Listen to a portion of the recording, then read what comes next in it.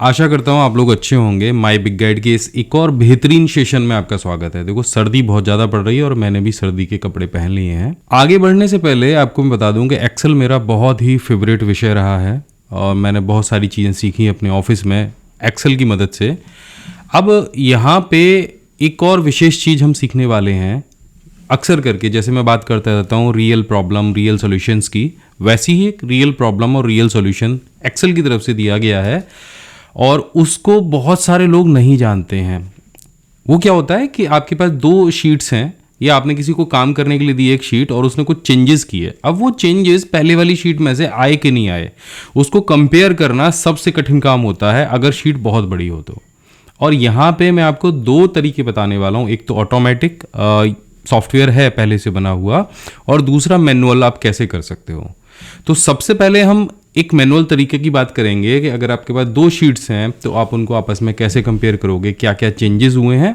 और एक ऑटोमेटिक तरीके के बारे में जानेंगे कि भाई अगर आपके पास दो शीट्स हैं तो एक सॉफ्टवेयर के अंदर वो जो बिल्कुल फ्री दिया है माइक्रोसॉफ्ट ने, उसमें आप शीट्स डाल दो और वो आपको रिजल्ट दे देगा कि भाई यहाँ तुमने चेंजेस करे हैं। तो पहले तरीके के बारे में समझते हैं। यहाँ पे आप देखेंगे मेरे पास ना एक ये शीट है और एक ये शीट है। मैंने एक ही वर्कबुक के अंदर दो वर्कशीट्स बना रखी हैं। अब इन दोनों वर्कशीट्स में जो डेटा है वो आप देख रहे हो एक जैसा है। यहाँ पे सेल है, यहाँ गुड्स दे रखे हैं, नाम दे रखे हैं और यहाँ इस डेटा के अंदर हमने यहाँ पे कुछ चेंजेस करे हैं। अब वो चेंजेस आपको ऐसे तो मिल ही नहीं सकते। मैं अगर ऐसे एक बार में ये शीट आपको स्क्रॉल करके दिखा दूँ तो वो चेंजेस आप ढूंढ ही नहीं सकते कि कहाँ पे क्या कर रखा है।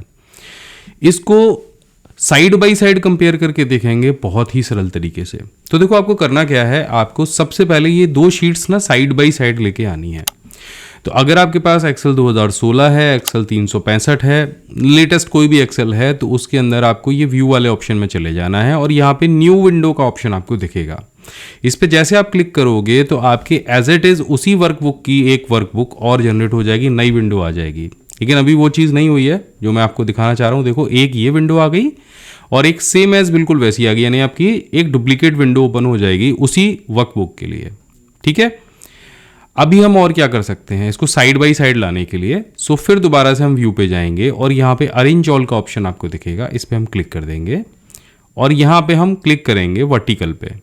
हॉरिजेंटल पे नहीं करेंगे, वर्टिकल पे करेंगे, देन ओके कर देंगे। अब जैसे हम वर्टिकल पे क्लिक करेंगे दोनों जो शीट्स हैं हमारे सामने आ जाएगी। हमारी ही जो वर्कबुक है डुप्लीकेट होकर एक दूसरे के आमने सामने आ जाएगी। अब आपको इसका मैनुअली कंपेयर करना है, नहीं करना है मैनुअल, ये तो सिर्फ देखने के लिए है कि आपको दोनों आमने सामने दिखती रहें और आप कंपेयर करो। तो अभी देखो नीचे आप देख रहे हो कि शीट 1 मैंने दोनों जगह ओपन कर रखी है। मैं एक ही टाइम में दूसरी शीट को भी यहाँ पे ओपन करके देख सकता हूँ। तो इस वाली साइड में शीट नंबर 1 है और इस वाली साइड में शीट नंबर 2 है। ठीक है, अभी क्या करना है देखो, ये आप ऐसे भी कर सकते थे और ये ऊपर का विंडो वाला जो ऑप्शन आता है ना अरेंज वाला, आप वहाँ से जाके भी कर सकते थे। यहाँ पे 3 विंडो के ऑप्शन दे रखे हैं तो यहाँ से जाके भी इस तरह से आप इसे अरेंज कर सकते थे। अब ये दोनों देखो यहाँ पे इस तरह से भी आ गई। ठीक है, अब वहाँ पे फॉर्मूला लगाना ज़्यादा आसान होता क्योंकि वो सारी चीज़ें बड़ी बड़ी दिख रही थी। अब यहाँ पे थोड़ा सा आपका जो मेन्यू है वो थोड़ा सा छोटा हो गया है तो यहाँ पे फॉर्मूला लगाना या समझाना थोड़ा सा टफ होगा, इसलिए मैं वो व्यू लेके चल रहा था। अब देखो यहाँ पे अब आप कंपेयर करना चाह रहे हो तो यहाँ पे एक सिंगल ऑप्शन दे रखा है। देखो ये यहाँ भी दिखाई दे रहा है आपको, इसमें कंडीशनल फॉर्मेटिंग। इसकी मदद से हम दोनों शीट्स को आपस में कंपेयर करेंगे। तो कंडीशनल फॉर्मेटिंग पे हम क्लिक करेंगे और यहाँ पे कंडीशनल फॉर्मेटिंग लगाने से पहले आपको एक चीज़ बता दूँ, ये आपको सिलेक्शन करना बहुत ज़रूरी है जो आपको कंपेयर करना है। तो मैंने जो मेरा डेटा था वो मैंने सेलेक्ट कर लिया है और यहाँ पे कंडीशनल फॉर्मेटिंग में मैं जाऊँगा, मैनेज रूल पे मैं क्लिक करूँगा और यहाँ से न्यू रूल पे क्लिक करूँगा। हम एक नया रूल बनाएंगे कि भाई हमें क्या करना है। तो न्यू रूल पे क्लिक करने के बाद में use a formula to determine which cell to format पे हम क्लिक करेंगे। इसके बहुत सारे एग्जांपल मैं पहले भी दे चुका हूँ कि आप इसका यूज़ करके और भी बहुत सारी चीज़ें कर सकते हैं।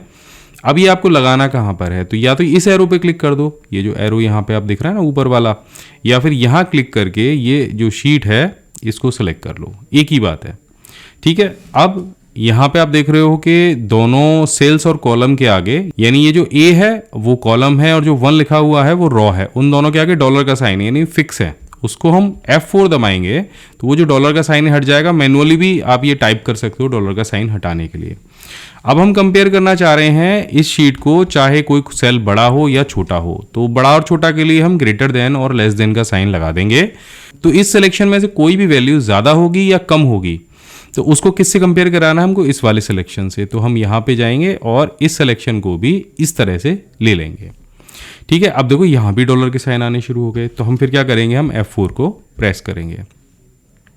तो अब ये जो फॉर्मूला है हमको ये बताएगा कि इस शीट और इस शीट में क्या अंतर है, और ये किस जगह दिखाएगा हमको, इस वाली शीट पे, क्योंकि पहला सिलेक्शन हमारा यहीं पे था। अगर हम पहले इधर वाली शीट को सिलेक्ट करते तो वो हमें यहाँ दिखाता। अब लेकिन वो आइडेंटिफाई हम कैसे करेंगे, तो कलर वलर में कुछ तो चेंजेस होना चाहिए, किन किन सेल्स के अंदर हमने अंतर किया है। तो यहाँ फॉर्मेट पे जाएंगे और यहाँ से फिल ले सकते हो आप, बॉर्डर ले सकते हो, कोई भी ले सकते हो, फॉन्ट बदल जाए या फिल कलर बदल जाए तो हम फिल कलर चेंज करेंगे और यहाँ पे हम ग्रीन कलर को सेलेक्ट कर लेंगे कि अगर किसी भी सेल के अंदर अंतर पाया गया तो वो यहाँ से ग्रीन हो जाएगा। और हम इसे ओके करेंगे और ओके करेंगे और यहाँ से अप्लाई करेंगे। अब जैसे मैं अप्लाई करूँगा तो जिन जिन सेल के अंदर मैंने यहाँ पे बदलाव किए हैं वो सेल अपने आप से ग्रीन हो जाएंगे। अब मानो यहाँ पे कोई फिगर मैं चेंज कर देता हूँ या फिगर एक जैसी कर देता हूँ, यहाँ पे 19 में लिख देता हूँ, तो देखो वो सेल्स के अंदर यहाँ पे अपने आप से जो कलर है वो ग्रीन नहीं हुआ और जो डुप्लीकेट है या डिफरेंस है वो ग्रीन हो गया। अब आप कहोगे नहीं जो एक जैसा है वो आ जाए, तो उसके लिए भी बड़ा सिंपल फार्मूला है। आप सबसे पहले ये शीट्स के अंदर से हम वो हटाएंगे यहाँ से, और जो आपका फार्मूला लगा हुआ है उसको हम यहाँ से clear rule from entire sheet पे क्लिक करेंगे। ये आपको कंडीशनल फॉर्मेटिंग के अंदर क्लियर रूल्स पे मिल जाएगा इस तरह से। अब एक जैसे के लिए आपको भी दोबारा से इसी सिलेक्शन पे जाना, और देखो इस बार मैं इस वाले पे लगा के दिखाता हूँ आपको। तो यहाँ से मैं इसे सेलेक्ट करूँगा, ठीक है, और यहाँ से इसे सेलेक्ट करने के बाद मैं कंडीशनल फॉर्मेटिंग पे जाऊँगा। अब मैं इस शीट को सेलेक्ट कर रहा हूँ तो वो वाले कंडीशनल फॉर्मेटिंग पे क्लिक नहीं करूँगा, मैं इसके पे करूँगा एंड यहाँ से मैनेज रूल पे क्लिक करूँगा एंड न्यू रूल पे क्लिक करूँगा। अब देखो यहाँ पे वही लास्ट वाला इसको सेलेक्ट करेंगे हम, और किससे कंपेयर कराएंगे, अपनी वाली शीट से कंपेयर कराएंगे। तो पहले अपनी वाली शीट को हम दोबारा सेलेक्ट कर लेंगे, ठीक है, और वही F4 को हम प्रेस करेंगे ताकि डॉलर साइन हट जाए। अब इक्वल टू का साइन लगा देंगे, जो बराबर होगा उसको देखेंगे। अब बराबर किससे हम कराने वाले हैं कंपेयर, हम शीट नंबर 1 से इसको कंपेयर कराने वाले हैं, और यहाँ से भी हम F4 प्रेस करके ये जो डॉलर का साइन है इसे हम हटा देंगे। दोनों को सेलेक्ट कर लेते हैं एक बार हम, ये डॉलर का साइन हमने हटा लिया एंड फॉर्मेट पे जाएंगे और यहाँ से ऑरेंज कलर को सेलेक्ट करेंगे, देन ओके करेंगे, ओके करेंगे और यहाँ से इसे अप्लाई कर देंगे। तो यहाँ पे देखो जो भी फिगर एक जैसी होंगी वो आपको यहाँ पे हाईलाइट होके मिल जाएंगी। अब वो ऑटोमेटिक तरीका कौन सा है दो शीट्स को कंपेयर करने का, तो यहाँ पे हम अब ये दोनों चीज़ों को हम यहाँ से बंद कर देते हैं। अब आपको स्टार्ट मेन्यू पे क्लिक करना है। एक सॉफ्टवेयर मैं आपको बताने वाला हूँ जो आपके विंडोज़ के अंदर ही है। आपने जब भी ऑफिस इंस्टॉल किया होगा तो वो सॉफ्टवेयर पहले से ही इंस्टॉल्ड आया होगा। तो यहाँ पे आप स्क्रॉल करेंगे और यहाँ पे आपको एक टूल मिलेगा जिसे आप कहेंगे माइक्रोसॉफ्ट ऑफिस टूल। इस पर आप क्लिक करेंगे और यहाँ पे आपको स्प्रेडशीट कंपेयर का ऑप्शन दिख जाएगा। एक एप्लीकेशन है, बहुत अच्छी एप्लीकेशन है, इसको यहाँ क्लिक करके आप ओपन कर लेंगे। तो इसका जो व्यू है वो कुछ इस तरह का आपको दिखाई देगा। अब यहाँ पे आपको ऑप्शन दिखेगा कंपेयर फाइल का, आप कंपेयर फाइल पे क्लिक करेंगे और यहाँ से आप पहली जो फाइल है ओल्डर फाइल और न्यूअर फाइल दोनों फाइल्स को ले लेंगे।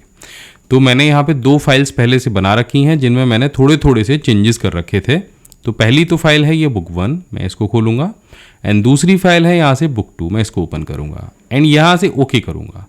अब जैसे मैं ओके करूँगा तो आप देखो यहाँ पे जो जो चेंजेस मैंने कर रखे हैं शीट के अंदर वो दूसरी वाली शीट के अंदर कंपेयर होके मुझे यहाँ मिल जाएंगे। वो सारे सेल हाईलाइट हो जाएंगे खुद से। नीचे आपको यहाँ पे entered value, calculated value, formula, ये सब का ऑप्शन दिख जाएगा। आप सब पे टिक लगा के उसके अनुसार आप अपनी शीट को देख सकते हो कि भाई कहाँ कहाँ क्या क्या चेंजेस हुए हैं। यहाँ पे क्लिक करके आप जो भी फॉर्मूला हमने लगाए होंगे उनको यहाँ पे आप देख सकते हो। इसके बाद में यहाँ से जो भी चेंजेस आपने किए हैं अपनी शीट के अंदर उनको या तो आप कॉपी कर सकते हो रिजल्ट्स को कैलकुलेटर के अंदर, या फिर आप यहाँ से जो रिजल्ट है उसको एक्सपोर्ट करा सकते हो। अब मैं ये जो शीट आई है नहीं, मैं इसको एक्सपोर्ट करा के आपको दिखा देता हूँ कि किस तरह की शीट ये एप्लीकेशन बना के देगी। मैंने ये शीट एक्सपोर्ट कराई और अभी हम इसको ओपन करके देखेंगे। तो यहाँ पे ये वर्कबुक 3 हमारे पास आ गया है। अब इसे हम ओपन करके देखते हैं कि हमें क्या रिजल्ट मिला। तो आप यहाँ पे देख रहे हो, यहाँ पे डिफरेंस आ गए हैं, यहाँ पे शीट नंबर लिखा हुआ आ गया है, रेंज लिखा हुआ आ गया है, ओल्ड वैल्यू आ गई है और न्यू वैल्यू जो हमने दी है वो आ गई है। तो इस तरह से आप 2 शीट्स को आपस में ये तरीके इस्तेमाल करके कंपेयर करा सकते हैं। तो मैं मिलता हूँ आपसे अगले वीडियो में, तब तक के लिए जय हिंद, वंदे मातरम।